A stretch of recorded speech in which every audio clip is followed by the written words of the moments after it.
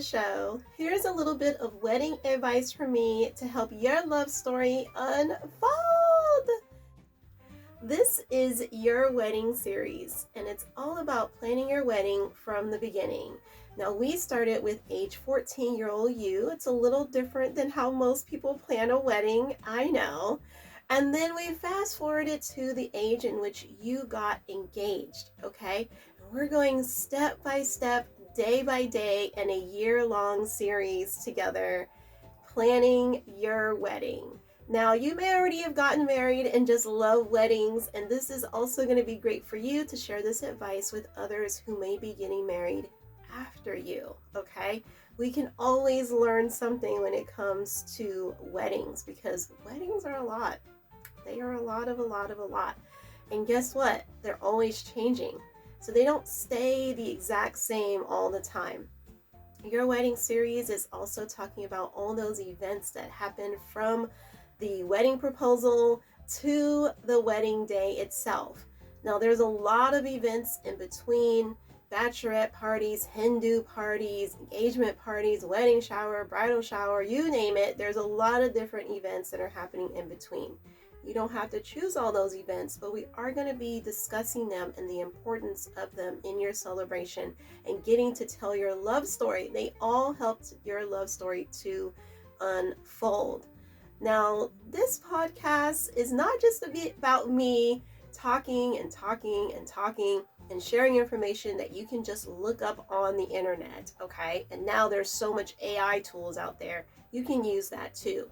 This podcast is about us getting to talk, hang out during this time, as well as if you've got questions after the podcast is over. You can even be a guest on my show, and I will tell you how you can do that at the end of this episode.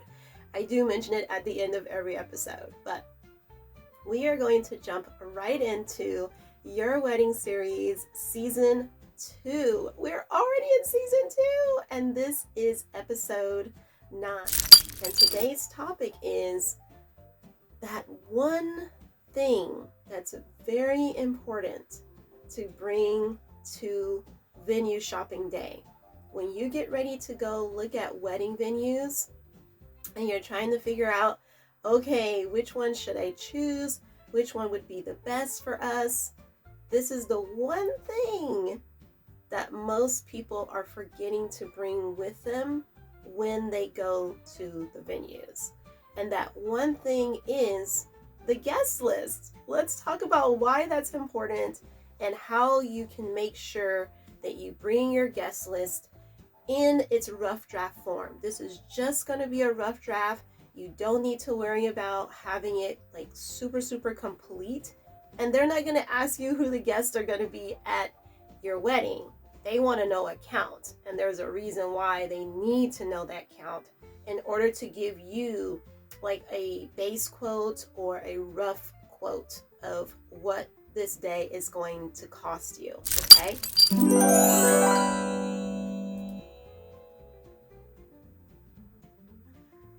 When we talk about bringing our guest list with us, we're talking about a rough draft of the size. That's the main thing that we're talking about. But for you and your fiance as a couple, you guys can go ahead and start thinking about your priorities. Who do you really want to invite to this wedding?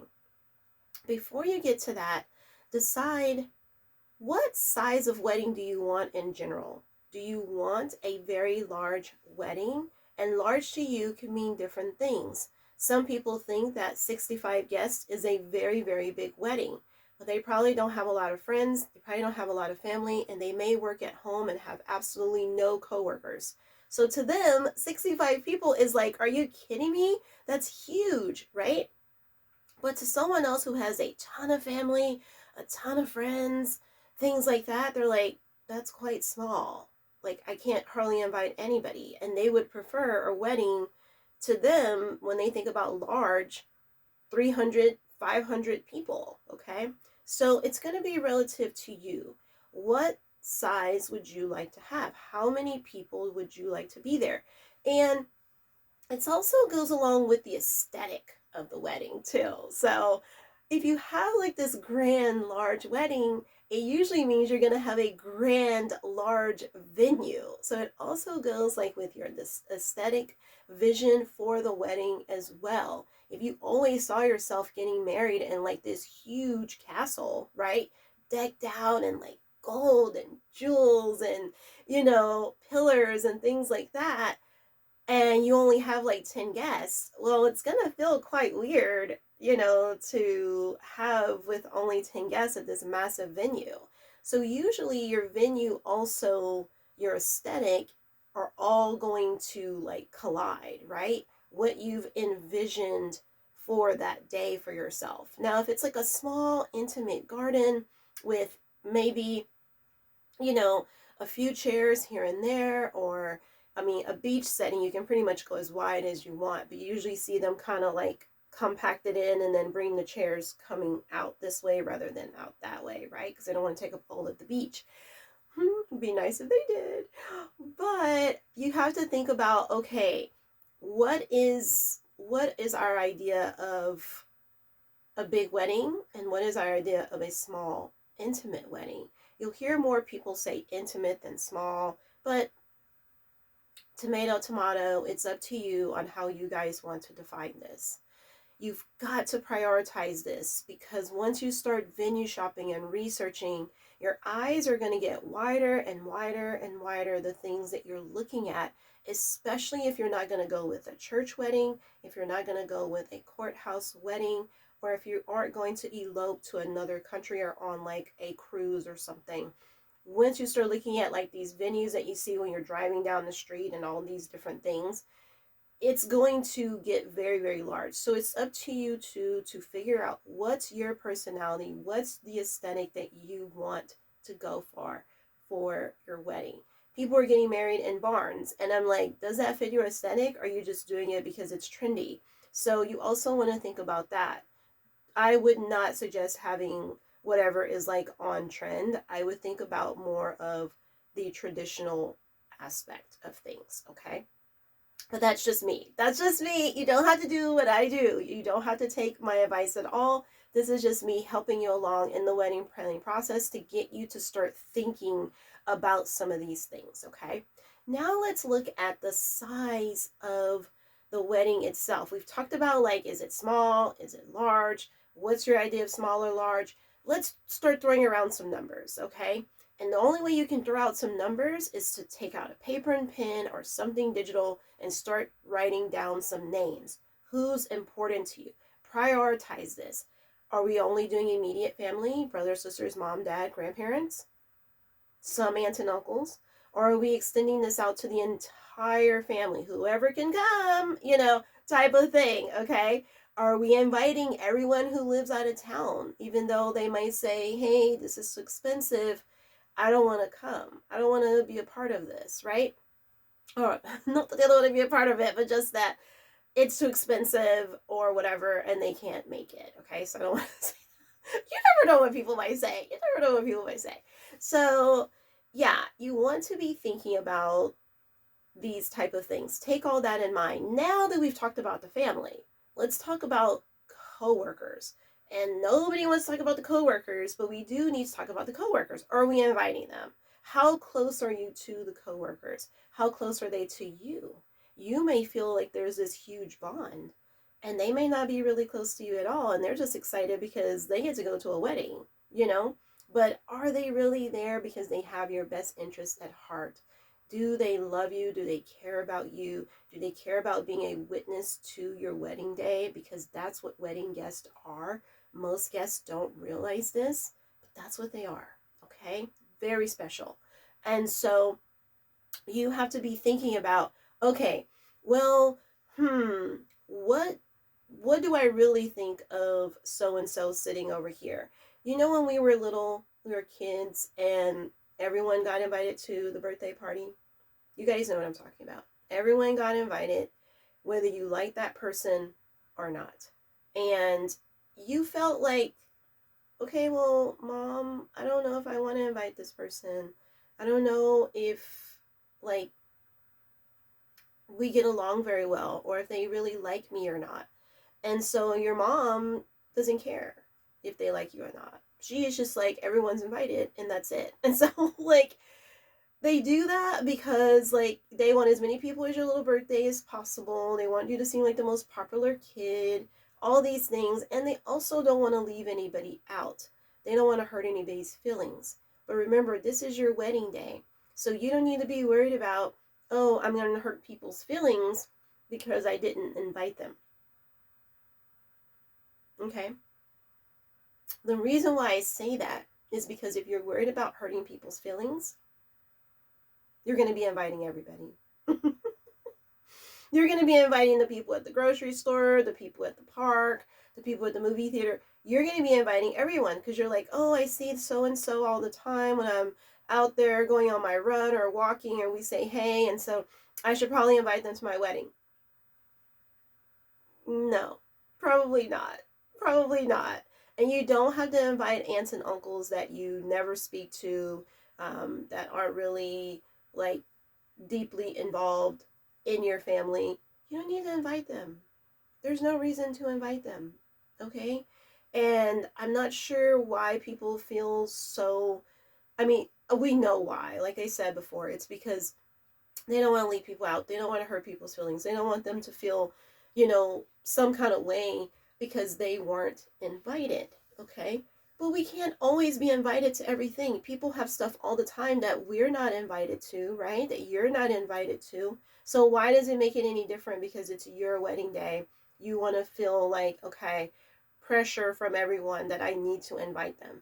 That's why it's important that when you announce your engagement, maybe you don't need to make it a public thing. Maybe you don't need to take an ad out in the newspaper. I know nobody does that anymore, but I'm just using an example.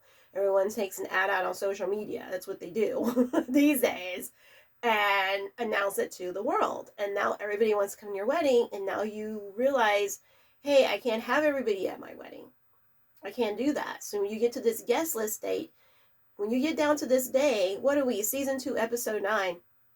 We've had a lot of episodes before this because in season 1, we had 20 something episodes. And now we're in season 2, episode 9. A lot has happened between season 1, episode 1, and now season 2, episode 9. Nobody was thinking about the guest list until now, right? Because now you're engaged, you're so excited, you're running around, you're like, woo, this is so great. And it is so great. It's amazing. You are engaged. This is huge. But this guest list is so important to have, okay? From the beginning, people are running out venue shopping and picking venues and don't even have their guest list with them. What are we doing? What are we doing? Okay, what are we doing? So let's keep going here on the importance and the priorities of the guest list. And this is a rough draft. This is not the full guest list. That will come. This is just you getting an idea of prioritizing who will be invited to the wedding. Now, I will tell you something. This will probably change along the way. Okay? This will probably change. People will drop out. People will say they can't come. You'll start adding other people in who you didn't invite at the beginning. That's why people don't need to get hurt if they don't get invited at the beginning, because the wedding is just not about you. I'm just being real here. It's just not. Okay? It's not about you. It's about the couple, not the guest. So, as you continue to make your list of priorities of people who to prioritize, now we're going to think about your friends. We're going to think about your high school and elementary friends. Are you still friends with them as an adult? Are they still in your life? Why are you inviting them? Why are you inviting them to your wedding day if you're not still, like, close to them? Or do they have your best interest? Do they care enough about you to come to your wedding and be a witness on your wedding day? Oh, wait. Because the answer is probably not. I'm just being real. This is me being real, you guys. You've got to get this wedding list down. Now, if you want to have a massive wedding, you want to have a very, very big wedding with every single person that's in your phone book, then do it. Take out your cell phone and, like, just go down the list and put everybody's name on the list and invite everybody. You could do that and then throw darts and see who comes. But I don't suggest that. I don't suggest that. These people are witnesses to your big day, and that's a lot. That's a lot, okay?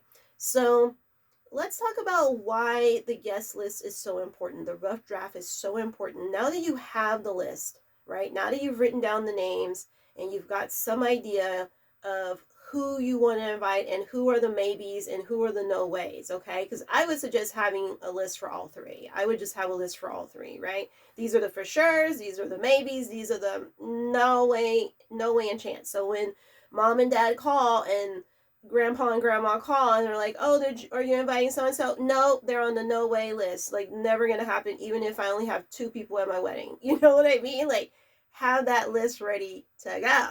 Have it ready to go. Okay, so let's talk about some reasons why this is so important and why you have to think about this before going venue shopping.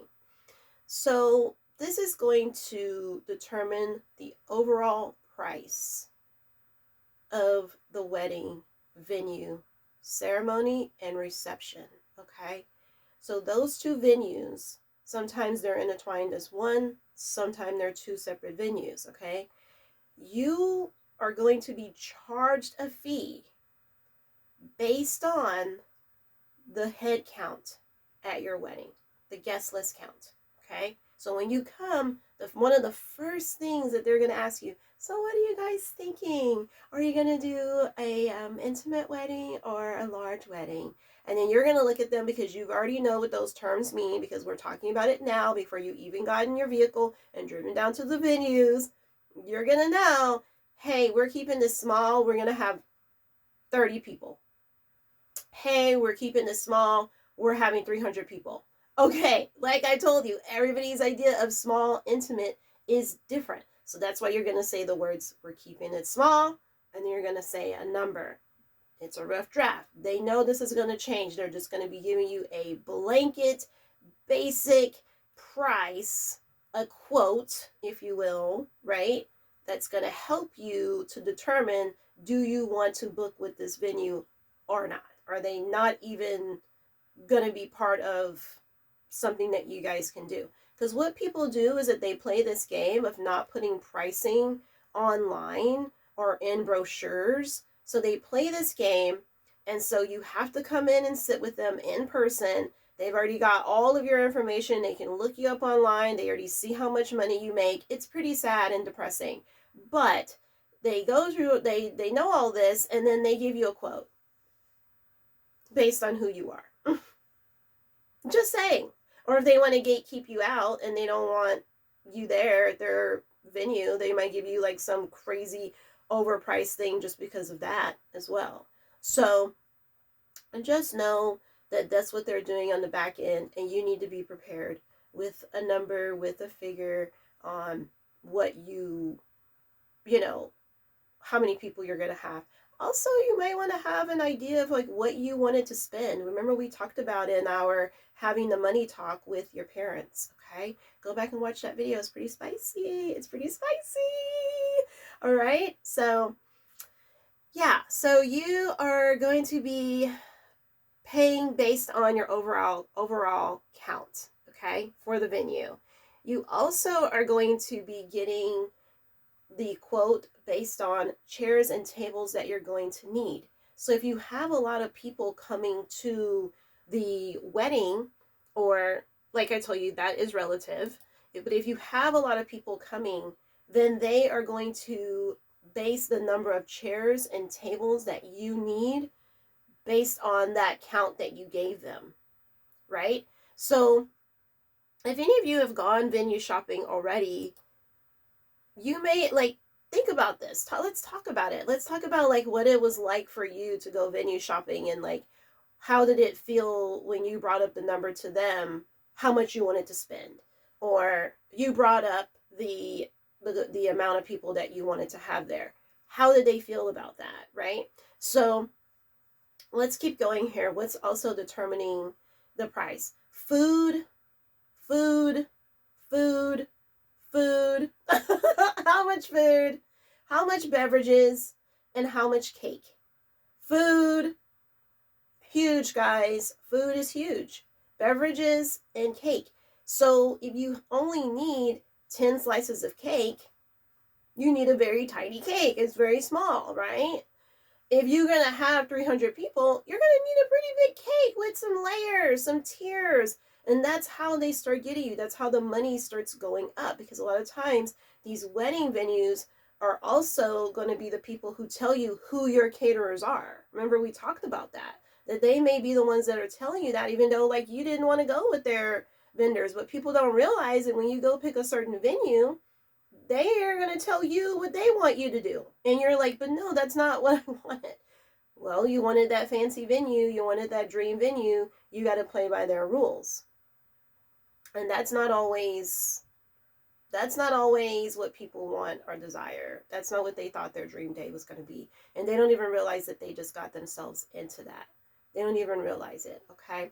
So here we are now with, you've got your final rough draft, okay? You have your final rough draft with you. You got your final rough count with you. And now when you go into the wedding venues, you are ready. You know the size of the venue that you want, and you know the size count of the amount of people that you want. This is great. Now you're more prepared, okay? Now you're more prepared with whatever they come at you with. You are going to be more prepared. And when you go in and they give you that base cost, ask them to break down, what does that include? What does that include? Tell them to give you like an itemized breakdown of what does that include. We're going to be doing an amazing episode that's going to talk about Q&A for your wedding venues, okay? And I'm just going to be rapid firing like questions. I mean, rapid firing questions. There may not be a lot of definition of each question. We may wait for that till the end for anybody who's just looking for the list. We're going to rapid fire some questions that you need to ask them. And one of those questions that you're going to be asking is, hey, can I have a breakdown of what this cost is going to include? What's in this? Are you just paying for 4 walls and some chairs and tables? Maybe that's all you need. Maybe that's all you need. But if that's all you're needing and that's all you're getting, I wouldn't be giving people $40,000 right now as of the day I'm making this video. I would not be doing that. And many people are doing that, and that's all that, because that's all that they're getting. That's all that they're getting, and they don't realize it. They don't realize it. Okay? So, what's in our budget binder? Absolutely nothing. We spent nothing this episode. There's nothing to put in the budget binder. Yay! Be my guest. If you would like to be my guest here on our Wedding Series podcast, I would love to have you here with me. It's an amazing time. I would love to hear from you. I want to hear like your opinions and your thoughts. I know that my opinions and thoughts are very different and very spicy from others. So I want to hear, like, do you agree with the things that I'm saying? Do you feel like, no way, I could never go into a venue and be so bold and talk to them in this way and ask all these questions? People are so immersed in the venues that they don't ask the right questions. They don't ask the right questions, if any questions at all. So I'm trying to help you guys. I would love to hear from you. Now, if you also just want a buddy to talk to because you've been planning your wedding, this has been overwhelming, or this has been awesome, this has been an amazing time of your life, and you don't have anybody to talk to. You don't have like your friends, your family, or you have very little people to talk to, and you're feeling like, okay, I wish I had somebody to talk to about this. I just need somebody to just listen to the planning that I'm doing so far. Hi, I'm your content creator. Like, I am here to help you with all that. I'm here to be a great listener, and you can always pick my brain about some things, and I would love to answer and be like your little assistant, okay? But like an actual person, right?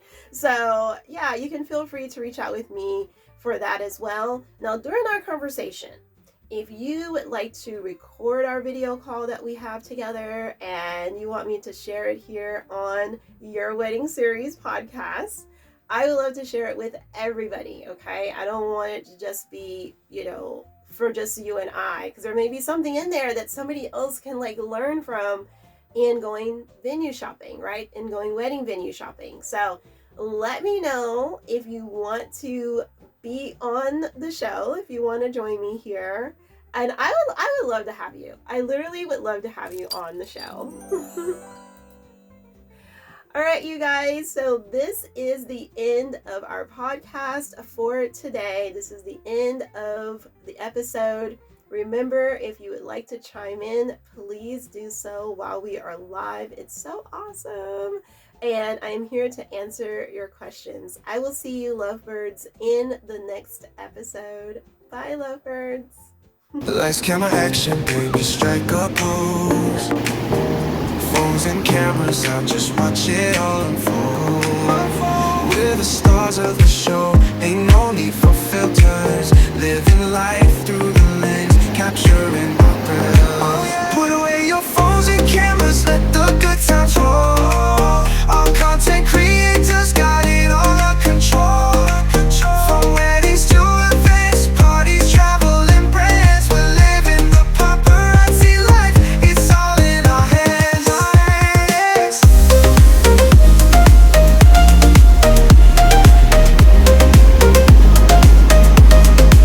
Lights, camera, action, we're ready to go. We're professionals, don't you already know? From TikTok to Instagram, we're taking the lead. Content creator, we're planting the seed. Get ready for the social media explosion.